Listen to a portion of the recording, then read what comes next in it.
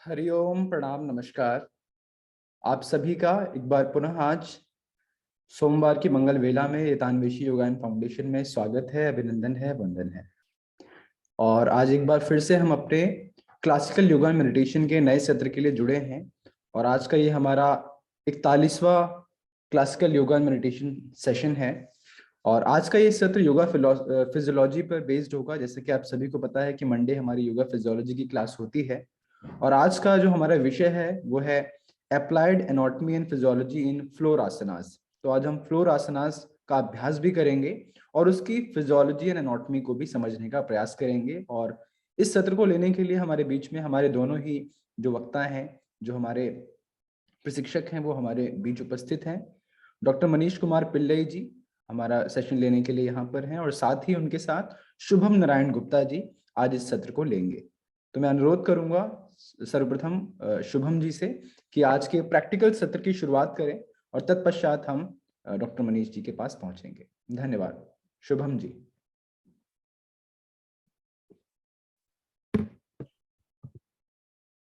बहुत बहुत धन्यवाद आपका रोशन जी। स्वागत है आप सभी का आज के इस क्लासिक योगा मेडिटेशन के सत्र में। आज के आसनों का अभ्यास करने से पहले हम 3 बार ओम का उच्चारण करेंगे, ओम का जाप करेंगे। तो सभी लोग अपने अपने स्थान पर जहां भी हैं वहां बैठ जाएं, सुखासन में बैठ जाएं, जिस भी आसन में वो कंफर्टेबल में बैठ जाएं। कमर को, गर्दन को पूरी तरह सीधा करें। स्पाइन और neck should be straight. Both your hands should be in Gyan Mudra. Close your eyes, take a deep breath, and when you exhale, chant Om. Inhale.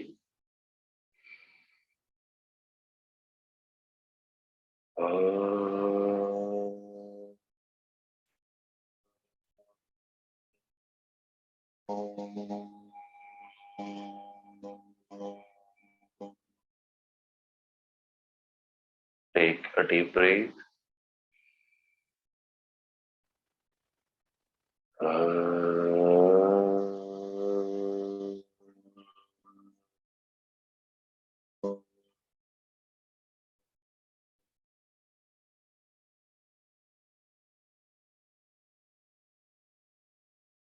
Take a deep breath.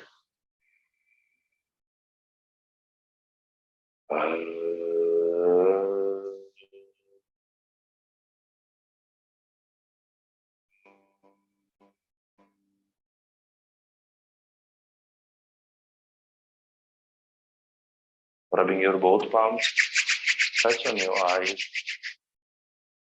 Now slowly open your eye. धीरे से आंखें खोल लेंगे।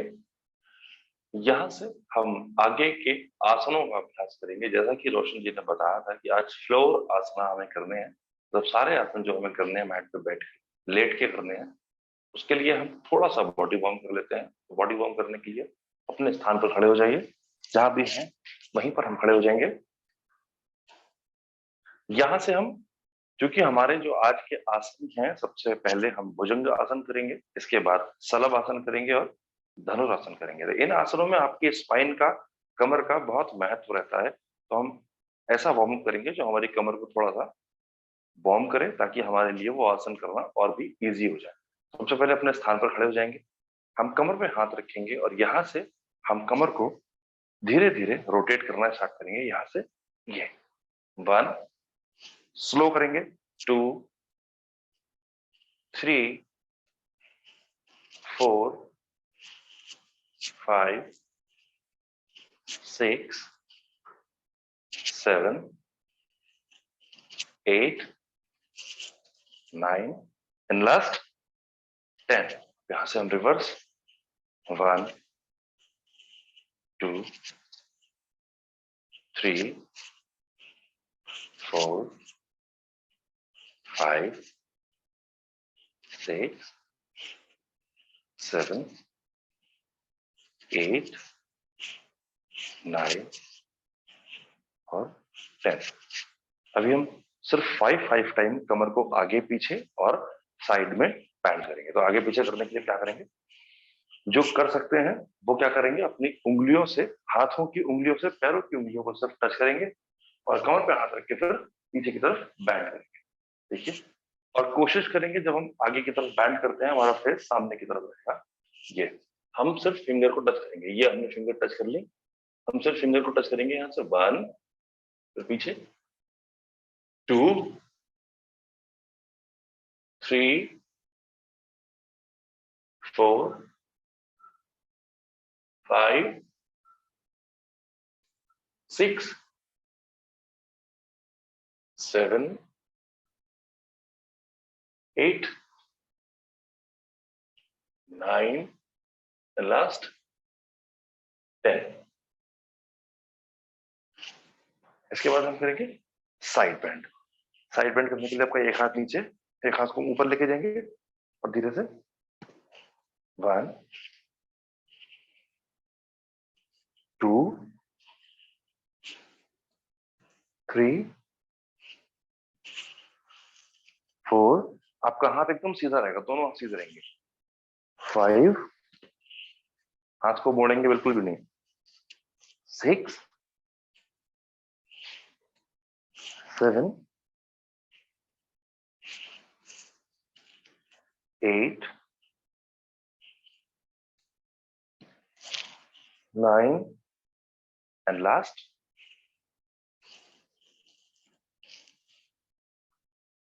10। यहां से हम थोड़ी सी exercise अपने कंधों के कर लेते हैं। हाथों को नीचे रखेंगे और कंधों को धीरे धीरे सांस को भरते हुए 1, 2, 3, 4, 5, 5 टाइम एंटी क्लॉक। 1, 2, 3, 4, 5। यहां से हम दोनों हाथों से सर्कल बनाएंगे। सर्कल बनाने के लिए आपने दोनों हाथों को घुमाना है। 1, 2, हाथ एकदम सीधे रखने हैं, हाथों को बिल्कुल नहीं मोड़ना है। 3, 4 एंड लास्ट 5। इसी तरह आपको एंटी क्लॉक उल्टे हाथ घुमाने हैं। यहां से हम 1, 2, 3, 4 लास्ट 5। इस तरह हमने हाथों का और कमर का थोड़ा थोड़ा वार्म अप कर लिया। अब यहां से हम जाएंगे फ्लोर आसना की तरफ। फ्लोर आसना के लिए हम अपने अपने स्थान पर लेट जाएंगे।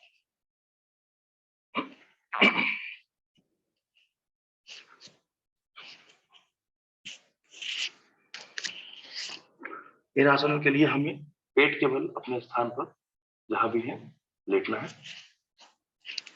पैरों को पीछे की तरफ फ्लैट करेंगे और ये ध्यान रखें हमारे दोनों पंजे पीछे जो है वो मिले रहेंगे, हमारे फीट जो है एकदम साथ रहेंगे। हाथों को हम मैट पर रखेंगे। यहां से हमें आराम की पोजीशन में लेटना है। ये हमारे आसन की पहली पोजीशन होगी। हमारे तीनों आसन इसी पोजीशन से स्टार्ट होने वाले हैं। भुजंगासन के बहुत सारे वेरिएशन। भुजंगासन को हम कई तरह से करते हैं। सबसे पहले हम बिल्कुल जो बिगिनर वेरिएशन है, जो बिगिनर स्टेप है, हम वहां से स्टार्ट करेंगे। इसके बाद हम भुजंगासन करेंगे। बिगिनर स्टेप के लिए अपने हाथों को अपने बॉडी के पास रखेंगे। आपका जो हाथ के पंजे हैं वो आपके फेस के पास रहेंगे। आपके हाथ के पंजों को फेस के पास, और आपकी एल्बो जमीन पर रहेंगी, बॉडी से टच रहेंगी। एल्बो को बाहर नहीं निकालना है, एल्बो को अपनी बॉडी से टच रखना है। यहाँ से हमने चिन को नीचे लगाया। यहाँ से हम सांस भरेंगे और धीरे धीरे ऊपर की तरफ उठते जाएंगे। ये बिगिनर वेरिएशन है। इसमें आपको एल्बो ऊपर नहीं उठानी।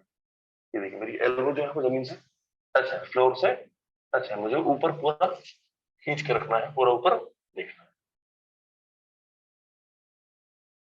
कुछ देर ऊपर रुकने के बाद 5 सेकेंड 10 सेकेंड जितनी हमारी कैपेसिटी होगी उतनी देर रुकने के बाद हम धीरे धीरे सांस छोड़ते हुए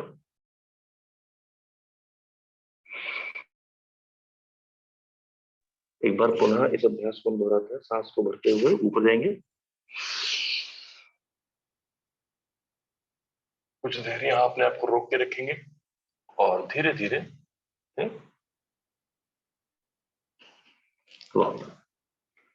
अब इस अभ्यास को हम चेंज करते हैं, बदलते हैं और अपने पंजों को धीरे से स्लाइड करते हुए पीछे ले आएंगे। अब हमारे हाथ के पंजे हमारे चेस्ट के पास रखे हैं, एल्बो हमारी बॉडी से मिली रहेंगी, एल्बो हमें बिल्कुल भी नहीं हटानी है अपनी बॉडी से, वो मिली रहेंगी। यहां से हमें सांस को भरना है, सांस को भरते हुए वापस ऊपर की तरफ जाना है, सांस को भरेंगे और धीरे धीरे ऊपर उठेंगे।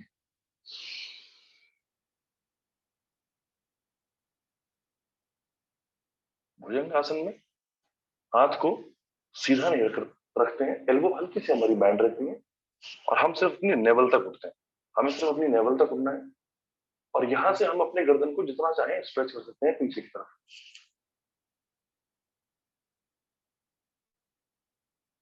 फिर यहाँ से वापस हाथ को छोड़ेंगे और धीरे धीरे यहाँ से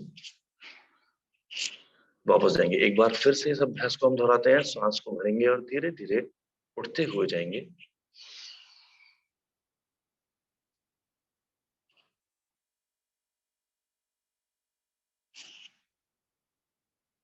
कुछ देर यहाँ पर रुकेंगे अपनी क्षमता के अनुसार, इसके बाद धीरे धीरे हम वापस आएंगे। ये हुआ भुजंग आसन। भुजंग आसन की तुलना जो है हम सर्प से करते हैं, इसलिए हमारी जो पोजीशन है वो भी है सांप की तरह। ये आपके बैक पेन के लिए बहुत अच्छा आसन है और जब बैक पेन होता है, लोअर बैक में कोई पेन होता है, तो ये आसन हमारे लिए बहुत अच्छा सिद्ध होता है बैक पेन के लिए। यहां से हम आगे बढ़ते हैं दूसरे आसन के लिए, इसका नाम है सलभ आसन। सलभ आसन को करने के लिए आप शरीर को इस तरह नीचे रखेंगे, हाथों को थाइस के नीचे रखेंगे, पैरों के नीचे, और पूरे शरीर को अपने फ्लोर से टच करेंगे, पूरे शरीर को मैट से टच करेंगे।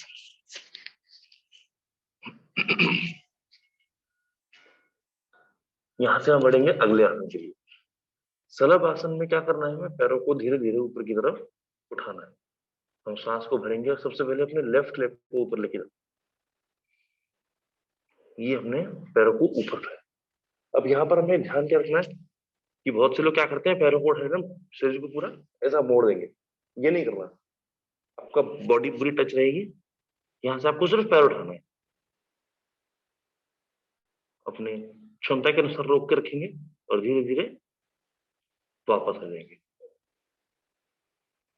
इसके बाद हमें अपने दूसरे पैर को सेम प्रोसेस के साथ सांस को भरेंगे और पैर को ऊपर उठाएंगे।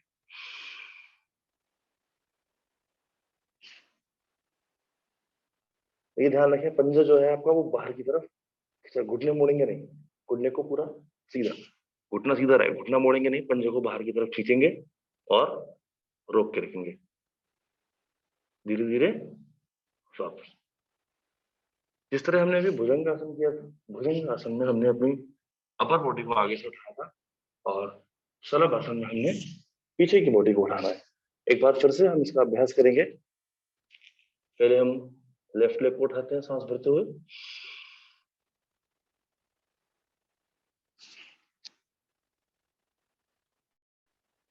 उसके बाद धीरे धीरे वापस, और फिर राइट लेग से हम इसको करते हैं।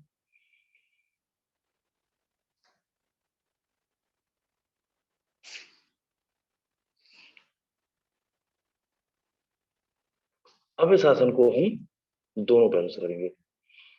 दोनों पैर उठाने में अगर तकलीफ होती है तो हम कम उठाएंगे, कोई बात नहीं, लेकिन हम कोशिश करेंगे दोनों पैर हम उठाएंगे। यहाँ से हम सांस भरेंगे और दोनों पैरों को ऊपर की तरफ उठाएंगे, पंजे हमारे खींचे रहेंगे, अपने क्षमता के अनुसार रोक के रखेंगे, धीरे धीरे वापस। अगर आपको किसी तरह की तकलीफ होती है पैरों को उठाने में, पैर नहीं उठ पाते हैं, तो आप आगे से हल्की सी बॉडी को उठा लेंगे तो हमारे पैर और आराम से उठ सकते हैं। ये देखिए, लेकिन प्रयास करेंगे हम कि हम बॉडी को ना उठाएं। धीरे धीरे वापस,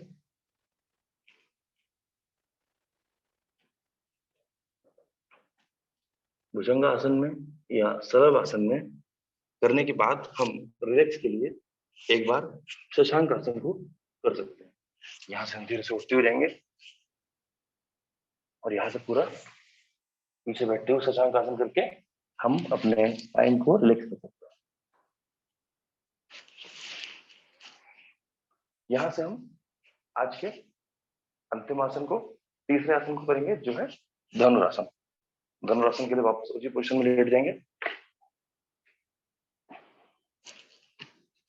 या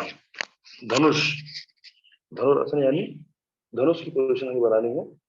पैरों को इस प्रकार मोड़ के अपने हिप के पास रखेंगे। जितना ज्यादा हम पैरों को पास रखेंगे उतना हमारे लिए ये पैर पकड़ने में आसान रहेगी। जितना हमारे पैर पास होंगे उतना हम आराम से पैरों को पकड़ सकते हैं। ये देखिए, ग्रिप को बाहर से बनाना। बाहर से हमने ग्रिप बनाई। ग्रिप आपकी ऐसी होनी चाहिए कि आपके पैर छूटेंगे नहीं, क्योंकि अगर आपके पैर छूटेंगे तो ये फिर आप बॉडी उठा नहीं पाएंगे। इसलिए पैरों को आपको ग्रिप बनानी है अच्छे से। सेम दूसरे हाथ से आपको ये दूसरे पैर की ग्रिप बनानी है। यहां से हम धनुरासन के लिए अपनी बॉडी को तैयार करते हैं। श्वास को भरेंगे और पूरी बॉडी को, पूरे शरीर को ऊपर की तरफ खींचेंगे। ये देखिए,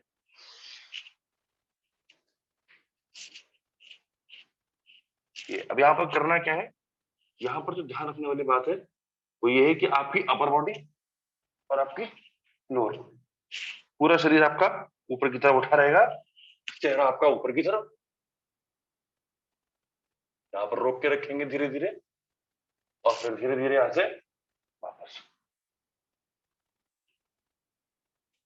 ऐसे रिलैक्स। एक बार हम फिर से अपने इस प्रोसेस को दोहराएंगे, अपने इस आसन को दोहराएंगे। दोनों पैरों को मोड़ेंगे। यहां से अगर हमें तकलीफ होती है उठाने में, या हम नहीं उठा पाते, तो हम पहले क्या करेंगे, हम पहले अपर बॉडी को उठाएंगे फिर लोअर बॉडी को। देखिए इस प्रकार, पहले हमने अपर बॉडी उठा ली, फिर हम लोअर बॉडी को उठाएंगे और धीरे धीरे ऊपर की तरफ खींचने का प्रयास करेंगे। ये खींचती रहेगी।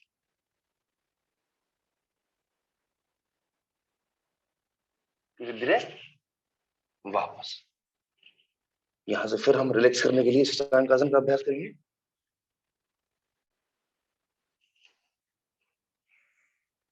धीरे से हम हाथों को पूरा सीधा और सांस को पूरा बाहर, फोरहेड को टच करेंगे।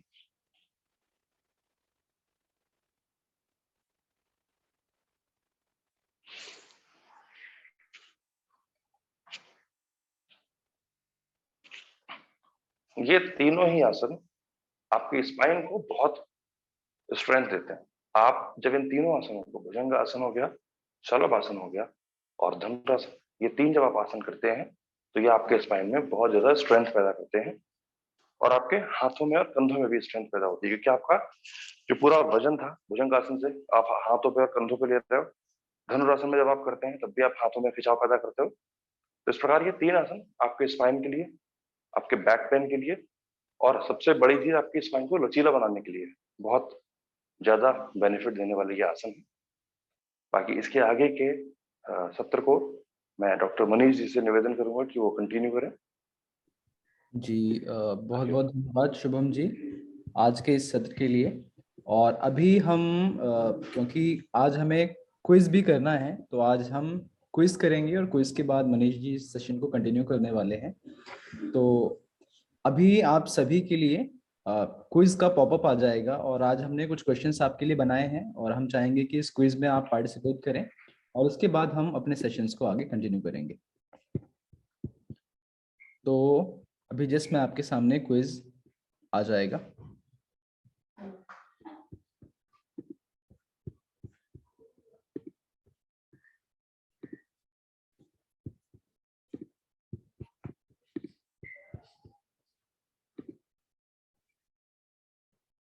आई होप कि आप लोग क्विज देख पा रहे होंगे। शुभम जी क्विज आ गया सामने?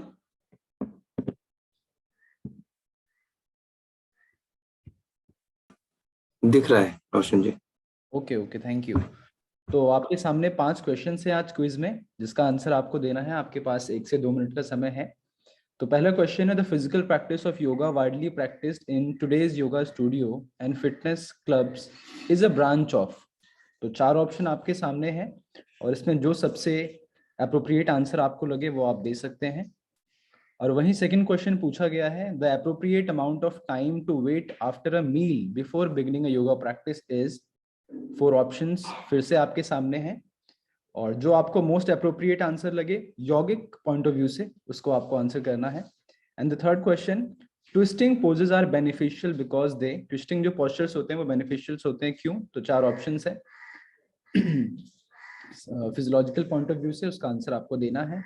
और फोर्थ क्वेश्चन है, द टर्म प्राणा रेफर्स टू, जो टर्म है प्राणा जिसके बारे में हमने लगभग हर सत्रों में सुना, तो उसको किस चीज से, उसका रेफरेंस क्या है, मतलब उसका मीनिंग क्या है?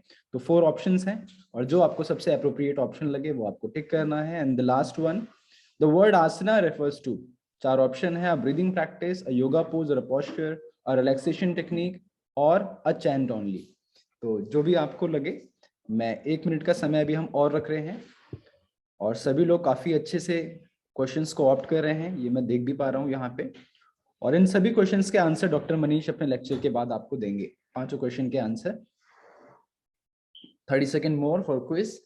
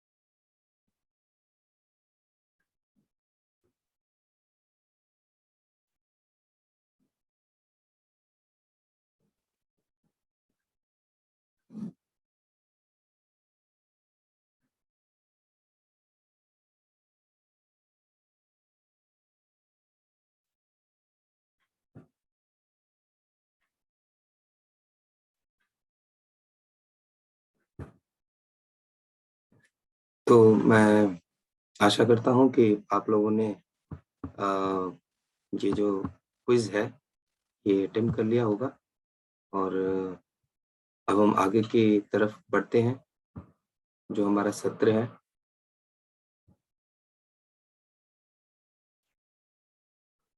ओके, तो जैसे कि आज शुभम जी ने जो आप लोग को प्रैक्टिस करवाई है, जो आज है applied anatomy physiology on floor exercise.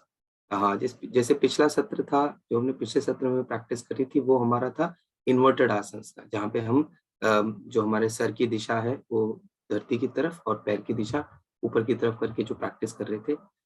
Floor exercise में भी काफी हद तक सिमिलर ही प्रकार के आसन होते हैं, जिसमें से हमने कुछ ही आसन सेलेक्ट करे थे। जैसे कि आज 3 आसन आज प्रैक्टिस करा है, जिसके अंदर आपने भुजंगासन प्रैक्टिस करा, जो सरल भुजंगासन जो शुभम जी ने आपको जैसे बताया बहुत सिंपल तरीके से शुरुआत में। और अगर आपको लगता है कि आपकी बैक थोड़ा स्टिफ है और अभी रेडी नहीं है, तो हम सरल या सिंपल भुजंगासन से शुरू करके हम लेटर स्टेज में उसको एंगल को हम बढ़ा सकते हैं।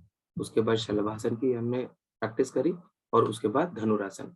बहुत जरूरी है कि जब भी इन प्रैक्टिस का, जो भी ऐसे आसन की हम प्रैक्टिस करें जहाँ पे हम स्पाइन का काफी यूज कर रहे हैं, बॉडी को फ्लेक्सिबल स्ट्रेचिंग का काफी यूज कर रहे हैं, थोड़ा सा हम अपने शरीर की एक लिमिटेशन का ध्यान रखें, लिमिट के अनुसार ही उस पे हम करें, ज्यादा जोर ना डालें और कोशिश करें कि हम उस हद तक या उस पॉइंट तक करें जहां तक हमारी बॉडी कर पा रही है। बट अगर हम रेगुलरली प्रैक्टिस कर रहे हैं उस चीज को, तो हम उसको धीरे धीरे उसकी डिग्री ऑफ डिफिकल्टी और रिटेंशन ऑफ टाइम, जिसको हम कहते हैं कि उस चीज को होल्ड करने का समय हम बढ़ा पाते हैं। किसी भी आसन को अगर हम ज्यादा देर तक होल्ड कर पा रहे हैं, उससे हमारे क्वालिटी और इफेक्ट, मतलब क्वालिटी जो हमारे अंदर पॉजिटिविटी और जो चेंजेस आने वाले हैं वो और बेहतर हो जाता है। तो उसी सत्र को मैं आगे बढ़ाता हुआ आप लोगों के सामने जो आज का ये सेशन है उसका प्रेजेंटेशन एक बार आपके साथ शेयर करता हूँ। 1 मिनट, 1 मिनट जी, 1 मिनट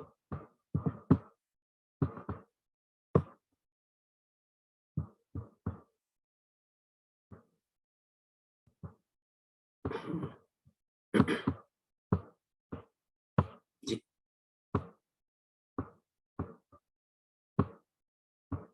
जी, आशा करता हूँ कि ये मेरा स्लाइड आप लोगों को प्रेजेंट हो रहा है। तो जैसे कि टॉपिक बहुत सिंपल है, applied anatomy and physiology in floor exercise. इसके बारे में अभी थोड़ा-सा मैंने आपको इंट्रोडक्शन दिया और शुभम जी ने काफ़ी खूबसूरती उसको करवाया। फ्लोर एक्सरसाइज को जानने की आवश्यकता क्या है? क्यों फ्लोर एक्सरसाइज करना ज़रूरी है या उसके पीछे रीज़न क्या है? बेसिकली क्या है, जब हम फ्लोर एक्सरसाइज करते हैं, तो हमारा जो ब्लड का जो सर्कुलेशन है, वो थ्रू आउट द बॉडी काफ़ी ज़्यादा बेहतर होता है और उसके अलावा जो लिम्फेटिक ड्रेन है, ये काफ़ी हद तक सिमिलर है इन्वर्टेड आसन्स में, लेकिन यहाँ पर क्या है, जो delivery of oxygen and nutrition है, देखिए ब्लड जो है, ऐसा एक सोर्स है जो बेसिकली ट्रांसपोर्ट करता है ऑक्सीजन को और न्यूट्रिशन को। तो यहाँ पर जब हम ऐसे आसन की प्रैक्टिस करते हैं तो क्या होता है, जो फ्लो ऑफ ब्लड है वो towards spine and towards the pelvic region.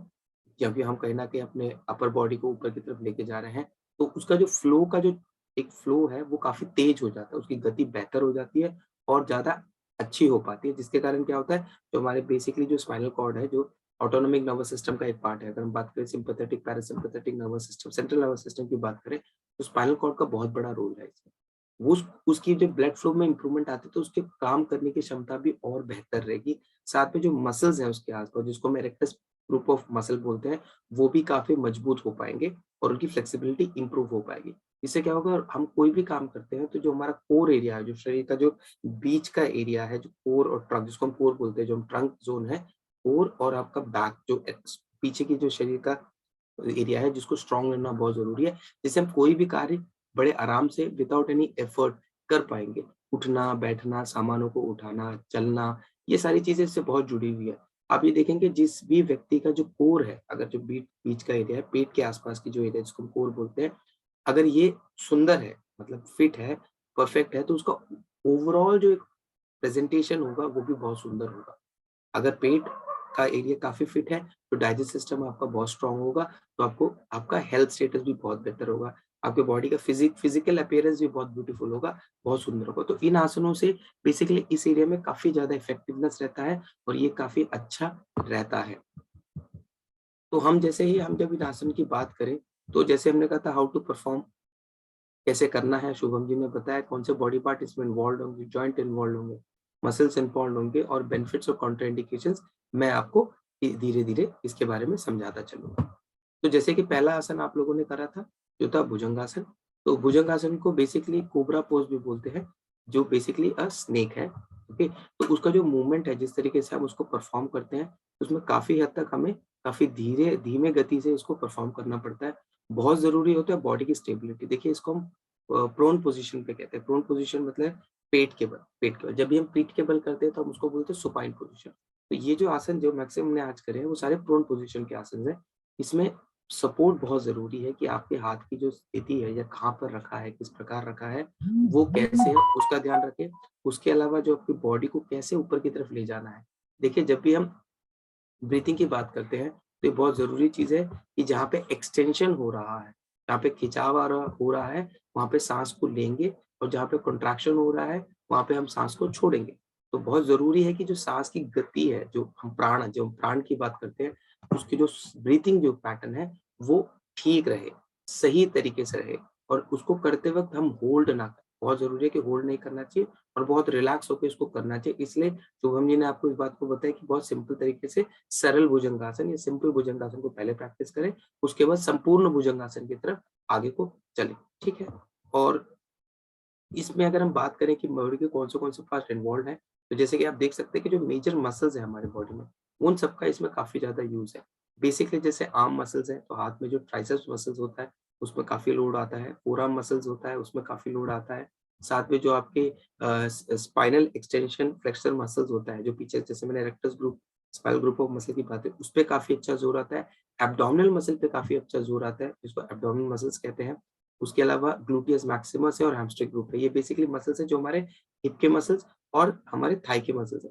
इनमें काफी अच्छे तरीके से वो लोड आता है। साथ में जो हमारा पेल्विक रीजन है वहां पर भी काफी अच्छा ब्लड फ्लो रहता है, जिससे जो हमारे एक्सक्रीटरी सिस्टम है और रिप्रोडक्टिव सिस्टम है वो भी काफी ज्यादा हेल्दी रहते हैं। अब जैसे कि ये आसन का क्या क्या फायदे हैं। दिस आसन helps in case of low BP.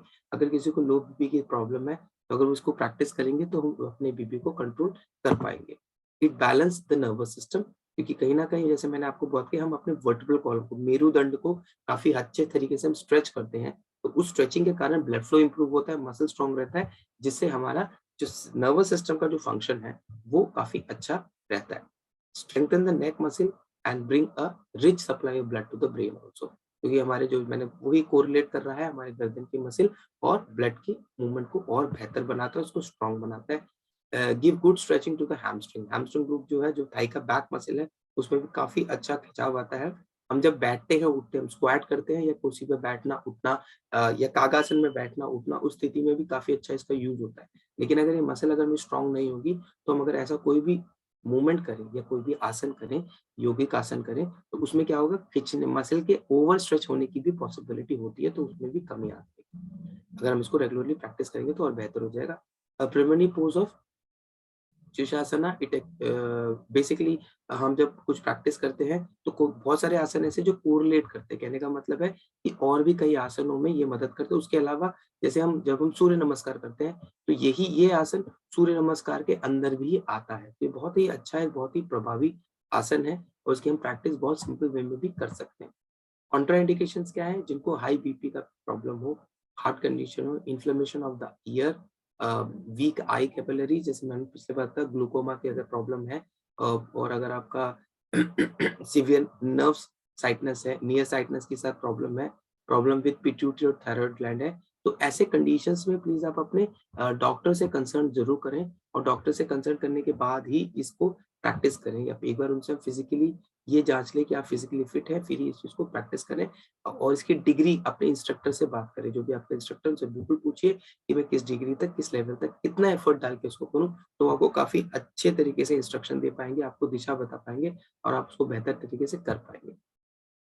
People with slip disc, weak spine and vertigo, please इन लोगों को बिल्कुल इसका ध्यान रखना है, इसको ना ही करें, ज्यादा अच्छा है। और जब तक आपकी स्थिति ठीक नहीं हो जाती प्लीज इसको कैरी ना करें। दूसरा आसन इसमें हमने जो जोड़ा था वो था शलभासन। तो शलभासन का बेसिकली इसको हम लोटस पोज भी बोलते हैं। बहुत सुंदर आसन है और शलभासन के भी 2-3 वेरिएशंस आपको मिलेंगे, जिसमें भी बिगिनिंग स्टेज में बहुत सिंपल वे में कराया जाता है और धीरे-धीरे उसकी डिग्री को बढ़ाया जाता है। यहाँ पर थोड़ा-सा अंतर कहाँ पर है भुजंग आसन से, यहाँ पर जो आपका लोअर बॉडी है उसका भी इन्वॉल्वमेंट आ गया और हाथ का सपोर्ट, देखिए हाथ का डायरेक्शन भी मैटर करता है। यहाँ पर हाथ आगे की दिशा में रख के भी कर देते हैं और हाथ को पीछे की दिशा में भी रखकर इसको प्रैक्टिस किया जाता है। बहुत खूबसूरत और बहुत सुंदर एक जैसे वो है, प्रैक्टिस है, जिसमें भी ओवरऑल मसल, मतलब अगर मान के चलें फुल बॉडी मसल का इन्वॉल्वमेंट है, काफी अच्छा आपका बैलेंस बन पाता है क्योंकि आप पूरा का पूरा आपका वेट कोर पे आता है। तो इससे जो आपका कोर मसल है, जिसको हम एब्डोमिनल ग्रुप ऑफ मसल, देखिए कोर की बात करेंगे तो एब्डोमिन ग्रुप ऑफ मसल है, ट्रांसवर्सल मसल्स होते हैं और ऑब्लिक मसल्स होते हैं। जो बेसिकली पेट के आस जो हमारे नाभि है उसके आसपास के मसल्स है, तो ये बहुत स्ट्रांग होता है, बहुत ब्यूटीफुल बनता है और उसको अगर प्रैक्टिस रेगुलर प्रैक्टिस करें तो ये आपके बॉडी के बैलेंस को, साथ में आपके नेक के रिलेटेड काफी प्रॉब्लम्स को भी सॉल्व कर सकता है। मसल्स की बात करें तो मेजर मेजर जो भी मसल्स हमारे भुजंग आसन में थे वो इसमें इन्वॉल्व है, लेकिन उसके अलावा गैस्ट्रोनीमियस मसल जो हमारे काफ मसल्स है उसका काफी इन्वॉल्वमेंट आ जाता है और आपका डेल्टॉइड जो हमारे हाथ के ऊपर की एक मसल्स होता है, इसमें बेसिकली 3 मसल्स होता है, एंटीरियर, पोस्टीरियर, मीडियल। एक काफी एंटीरियर और पोस्टीरियर मसल्स काफी ज्यादा इसमें इन्वॉल्व होते हैं। स्पाइनल कॉर्ड का, वर्टिब्रल कॉलम का काफी बहुत बड़ा एक योगदान है इसमें, क्योंकि जो हमारा कर्व बनता है इससे क्या होता है, पोस्चर रिलेटेड प्रॉब्लम्स को भी सॉल्व करने में ये मदद करता है। उसके अलावा क्या करता है, ये हमारे लोअर बैक को काफी स्ट्रॉन्ग करता है, पेल्विक मसल रीजन को भी काफी स्ट्रॉन्ग करता है, स्टोमक और लिवर और उसके बाउल्स के मूवमेंट और फंक्शंस को भी काफी ज्यादा बूस्ट अप करता है। Benefit for people suffering from back pain, अगर आपको नॉर्मल है, साधारण बैक पेन है तो प्लीज इसको आप कर सकते हैं। स्लिप डिस्क एंड सार्टिका वाले भी प्रैक्टिस कर सकते हैं, लेकिन अंडर सर्टेन कंडीशंस। लेकिन उसमें क्या है, आप अपने डॉक्टर से पूछ कर ही इसको प्रैक्टिस करें, तथा इसको ना ही करें। ठीक है, बेहतर है। अगर आपके पास डाउट है, आपको क्लैरिटी नहीं है, डॉक्टर ने अगर आपको क्लैरिटी नहीं दिया है, आपके फिजिशियन आपको कहता है जी अभी आप नहीं करेंगे, तो प्लीज उसको प्रैक्टिस करना करें। Enhance the function of the abdominal organ, because जैसे मैंने बात करी, जो आपका कोर मसल है, अगर उसके काफी अच्छा इसमें इफेक्टिवनेस आता है, तो डाइजेस्ट सिस्टम को ये बहुत ज्यादा बूस्ट करता है। और एब्डोमिनल ऑर्गन बेसिकली वही ऑर्गन है, लार्ज इंटेस्टाइन, स्मॉल इंटेस्टाइन, इनके फंक्शंस को भी और बेहतर बनाता है। Practice this diet tightens and tones the muscle of the buttocks and around appetite. Arousal appetite देने का मतलब है जो हमारे को भूख लगने की एक प्रक्रिया है, उसको और बेहतर बनाता है। और उसके अलावा जो आपके हिप मसल्स हैं, जो जहाँ पे जो बटक्स की बात कर रहे हैं, उसको हम हिप मसल बैट बोलते हैं, उसको ग्लूटियस मैक्सिमस मिनिमम मसल्स होता है, इसको भी काफी सुंदर और बेहतर और काफी मजबूत बनाता है। कॉन्ट्रा इंडिकेशंस क्या है? अगर आपको एक्यूट बैक पेन है, वही मैंने ऊपर आपको बात करी, नॉर्मल एक बैक पेन है तो आप उसको प्रैक्टिस कर सकते हैं। अगर एक्यूट बैक पेन और स्लिप डिस्क है तो प्लीज अवॉइड करें, या अपने डॉक्टर से पूछ के इसको बात करके ही इसको प्रैक्टिस मिले। Some people with severe sciatica can bring more problem, तो ये वही वाली बात है कि प्लीज इसको इस पे ध्यान रखें। Major problem with menstruation and with या यूट्रस रिलेटेड कोई प्रॉब्लम है, अपने डॉक्टर से बात करके ही इसको प्रैक्टिस में लाएं। Women in pregnancy should avoid this asana or poses because that will bring load on their abdomen, तो वो काफी खतरनाक रहता है। if the art of breathing is not learned by the posing, because जैसे मैंने बोला, सांस लेने की प्रक्रिया को अगर आपको तरीका नहीं पता तो प्लीज थोड़ा ध्यान से करें, क्योंकि ऐसा ना हो कि सांस गलत तरीके से होल्ड कर लिया, कुछ कर लिया, तो आपको थोड़ा सा डिजीनेस और की प्रॉब्लम हो सकती है। तो प्लीज इस बात का ध्यान रखें और इस चीज को ना करें। पहले अपने इंस्ट्रक्टर से ब्रीथिंग पैटर्न को तरीके से सीख लें, समझ लें, फिर इसका अभ्यास करें। उसी में जो आखिरी जो हमने आसन का अभ्यास करा था, वो था धनुरासन। धनुर बेसिकली मीन्स अ बो, और उसकी तरीके से हम अपने बॉडी को एक कर्व का, जब भी हम देखें तो डिग्री ऑफ डिफिकल्टी, धीरे धीरे हम उसको डिग्री ऑफ डिफिकल्टी को बढ़ा रहे एक लेवल से। पहले हमने भुजंगासन करा, यहाँ पे हमने अपर बॉडी को उठाया, उसके बाद हमने क्या करा, शलभासन करा, यहाँ पे अपर और लोअर बॉडी को एक डिग्री तक उठाया। अब हमने धनुरासन पे आए, जहाँ पे हम हाथों से अपने पैरों को होल्ड करेंगे और पूरे बॉडी को स्ट्रेच करेंगे। तो यहाँ पे एक अल्फाबेट डी बनता है बॉडी में, हम अल्फाबेट डी भी बन कह सकते हैं। और हम बात करें तो हम एक धनुर की तरह अपने बॉडी को स्ट्रेच करते हैं। इसमें डिफिकल्टी जो लेवल है, लेवल ऑफ डिफिकल्टी बाकी के हिसाब से थोड़ा सा ज्यादा है। इसमें आपको काफी अच्छी फ्लेक्सिबिलिटी की आवश्यकता है।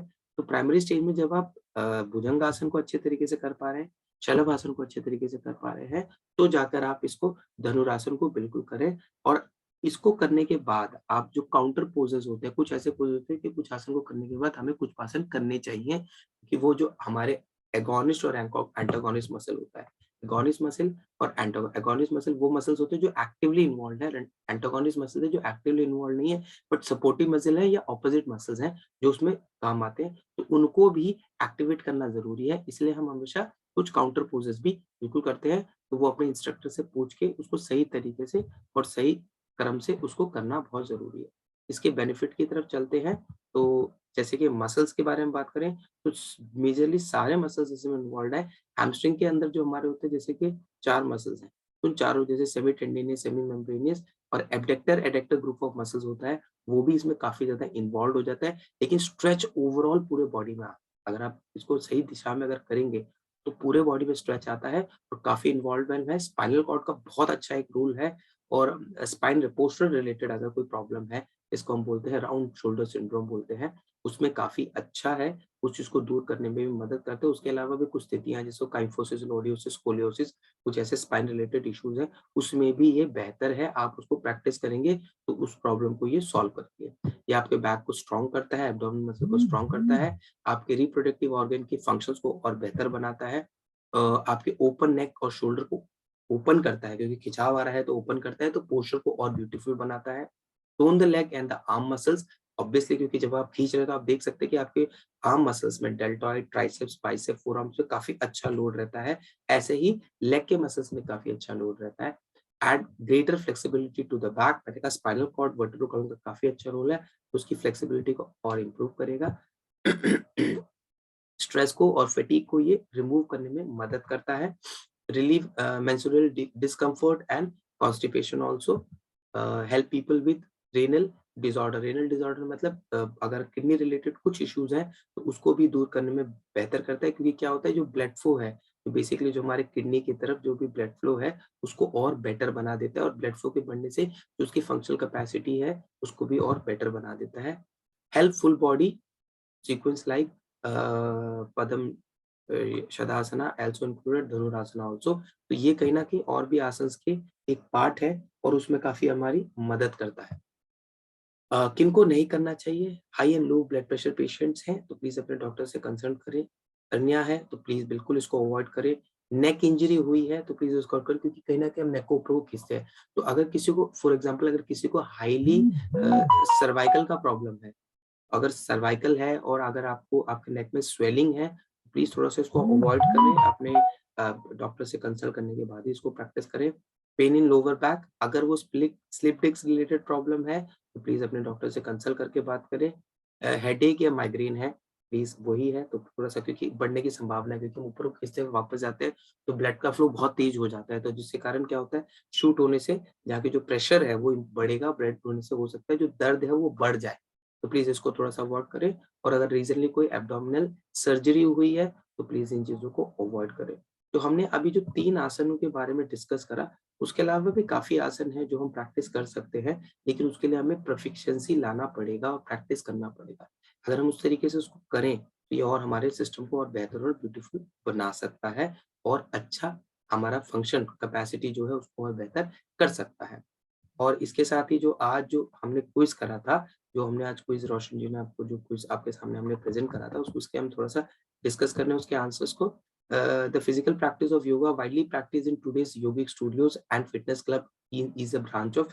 तो आज के टाइम पे पूरे ऑलमोस्ट पूरी दुनिया में सबसे ज्यादा जो एक ब्रांच ऑफ योगा जो प्रैक्टिस किया जा रहा है वो है हठ योगा। इसका ही ब्रांच सबसे ज्यादा मैक्सिमम प्रैक्टिस कराया जा रहा है। उसके अलग अलग वेरिएशंस या पार्ट को लेके नाम को डेवलप करके उसको आगे प्रैक्टिस किया जा रहा है। क्वेश्चन था the appropriate amount of time to wait after meal before bringing a yoga practice.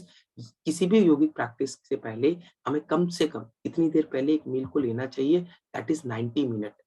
90 minute is a minimum requirement. हम नॉर्मली कहते हैं 3 घंटा पहले का अगर कुछ आपको लेना है तो सेमी लिक्विड डाइट अगर आप लेंगे तो वो इजीली डाइजेस्टेबल होगा और आप बहुत अच्छे तरीके से उसको कर पाएंगे।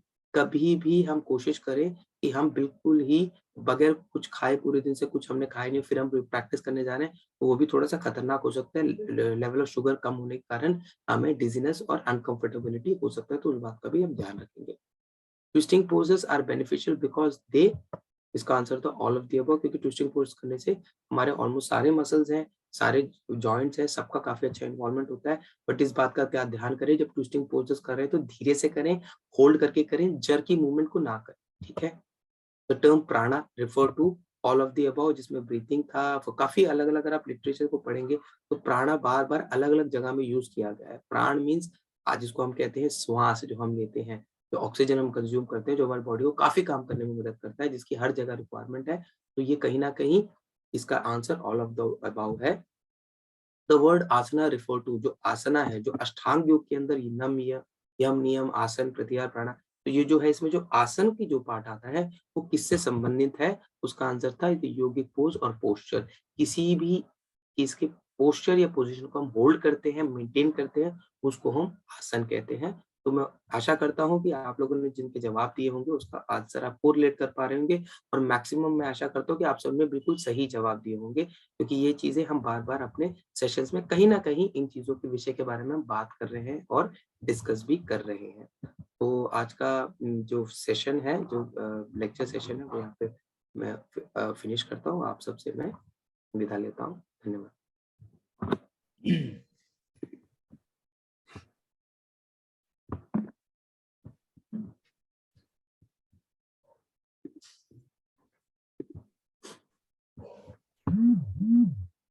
बहुत बहुत धन्यवाद डॉक्टर मनीष एंड शुभम जी आज के इस सत्र के लिए। और आई होप कि आप सभी ने आज के इस सेशन में फ्लोर आसनास को बहुत अच्छे से समझा और अभ्यास भी काफी लोग बहुत अच्छे से हमारे सामने कर रहे थे। और एक बात और मैं आपको बताना चाहूंगा कि जो हमारे रेगुलर अटेंडीज हैं, क्योंकि क्लासिकल योगा मेडिटेशन का ये 3 मंथ्स का कोर्स है जो चल रहा है एक तरह से, और लगभग फरवरी तक ये पूरा कोर्स चलने वाला है, तो जो भी हमारे रेगुलर अटेंडीज होंगे उनको रितान्वेशी योगान फाउंडेशन की तरफ से इस कोर्स का सर्टिफिकेट भी इशू किया जाएगा। तो जो भी लोग हमारे रेगुलर अटेंडीज हैं वो इसी तरीके से हमारे सत्रों में बने रहें, ताकि और भी सत्रों का लाभ भी मिले और आगे भी चीजों को हम विधिवत रूप से कर सकें। तो बस आज के लिए इतना ही, और कल फिर से हम अपने नए सत्र के साथ आदरणीय गुरुदेव के समक्ष जुड़ेंगे हम सभी और नए सत्र का आनंद लेंगे। तब तक के लिए धन्यवाद, नमस्कार, प्रणाम।